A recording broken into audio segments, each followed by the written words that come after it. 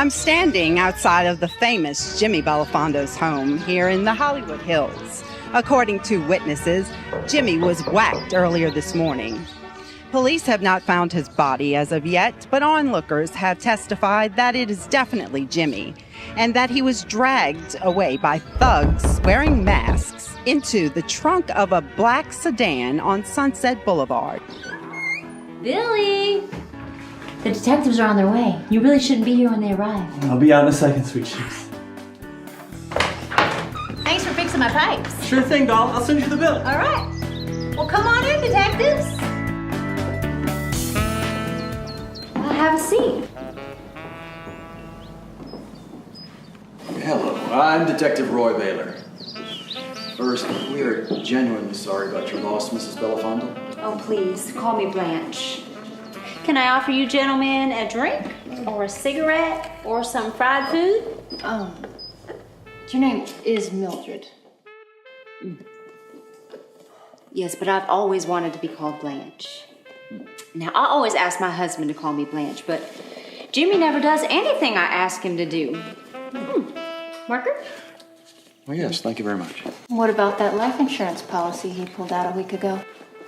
You're the only beneficiary. Now, I didn't ask Jimmy to do that. I begged him, because I knew the studio would kill him once they realized his last picture only brought in less than $2,000.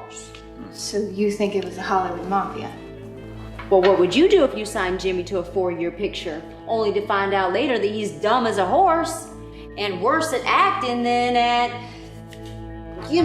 performing for his wife? It's been my experience that horses are actually very smart. And what about you, Mrs. Belafondo? In my book, you're the #1 suspect.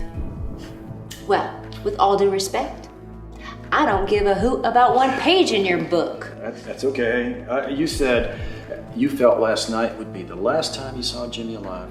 Yeah. Well, I just knew something was going to happen as soon as he showed up with the blackbird. Wait, Blackbird? The fat man gave you the malted falcon? For the last 5 years, I've been searching everywhere. Well, I knew that I'd been feeding him too much food, but that's what us girls are taught to do. What? Well, Jimmy's belly had gotten so big that when he would try to pee, well, he couldn't even see his Yankee Doodle. But to hear you call him a fat man, well, if Jimmy hadn't have been murdered, then, well, I might have killed him. With my moist thighs and my succulent, sweet pink tenderloin and my juicy rump roast. Sorry, could you just tell me where the malted falcon is? No, the blackbird.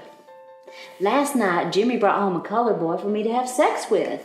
And he celebrated twice while he was watching us. Well, does this sort of thing happen very often? No. Well, once or twice a week. Oh. But it made Jimmy happy. And honestly, I just started to feel like I'm Dirty, filthy, tramp whore prostitute. a movie star. I mean, Jimmy would just adore me whenever I did anything he asked. Why are you being so mean to her? What other sort of things would you do for him? Because I happen to know a certain detective who might be willing to do almost anything you ask. What? We are just here to get the truth. Of course we are. Well, you can bet that the mafia is going to try to pin this on me. They're going to offer you two boys a year's salary to convince that judge to send me to the big house. We would never let that happen to you, would we? Excuse me, but ever since Jimmy got rubbed out this morning, there's just been a parade of men at my door. I'll be right back.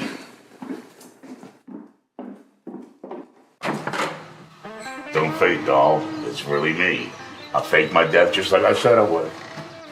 Now we collect the insurance money. I'll stay in the basement. I'll never go anywhere. So what? Now I have to spend the rest of my life going to parties alone? And I can't remarry because a proper married woman doesn't have a dead husband in her basement. Mildred, you'll be able to buy anything you want. I'll have to do all the shopping and take out the trash. Men will sell me cars for more money than I can pay. And what if I get pregnant? Why, then who's gonna smoke cigars in the hallway? You know what, Jimmy? I think you should just go back to being dead. Would you please stop speaking gobbledygook? Mildred, we're rich, I tell you. Just like we'd be if that studio hadn't stuck me with that stinking script. I tell you, that writing was so bad I had to whack myself just to get the wealth and recognition I deserve. Oh. I see you're still playing our little game, huh? But seriously, white men? Come on. Okay, I'll watch. They're coppers, Jimmy, looking for the truth. And the truth is, I asked you not to fake your own death. But you don't listen to anything that I ask you to do. Come on, Mildred, I do everything you ask. And if you ask me to do anything, I'll do it. I want you to go to hell, Jimmy. Come on, Mildred, I've already died once today. I mean, for once in your miserable life, will you just call me Blanch? Please, just call me Blanch!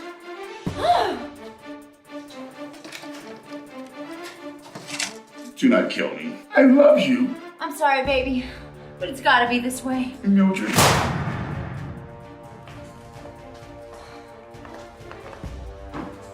All right, Detective DeMille. I'm ready for my mugshot. 250 G's is a lot of dough. You wouldn't have to moonlight as a waiter anymore. And Jimmy was already dead. Clearly it was the Hollywood Mafia. Clearly. Clearly. We'll go ahead and put your husband in the basement, ma'am.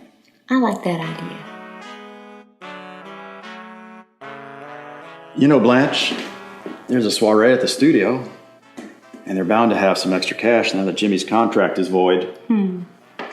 How would you like to go as my date? Well, I would like that very much, Detective. And I didn't even have to ask.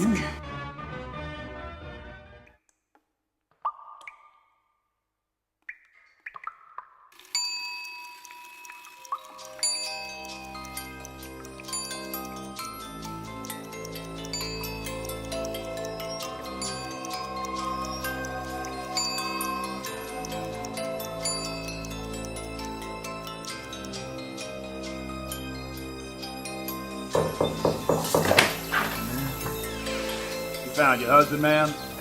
Turns out, he ain't dead. Found him in an alley off of Sunset Boulevard.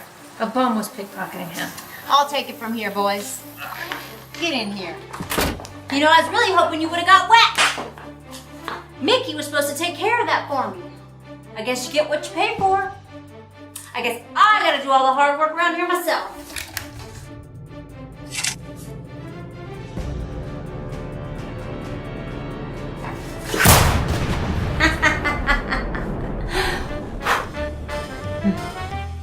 Gotta collect that insurance money.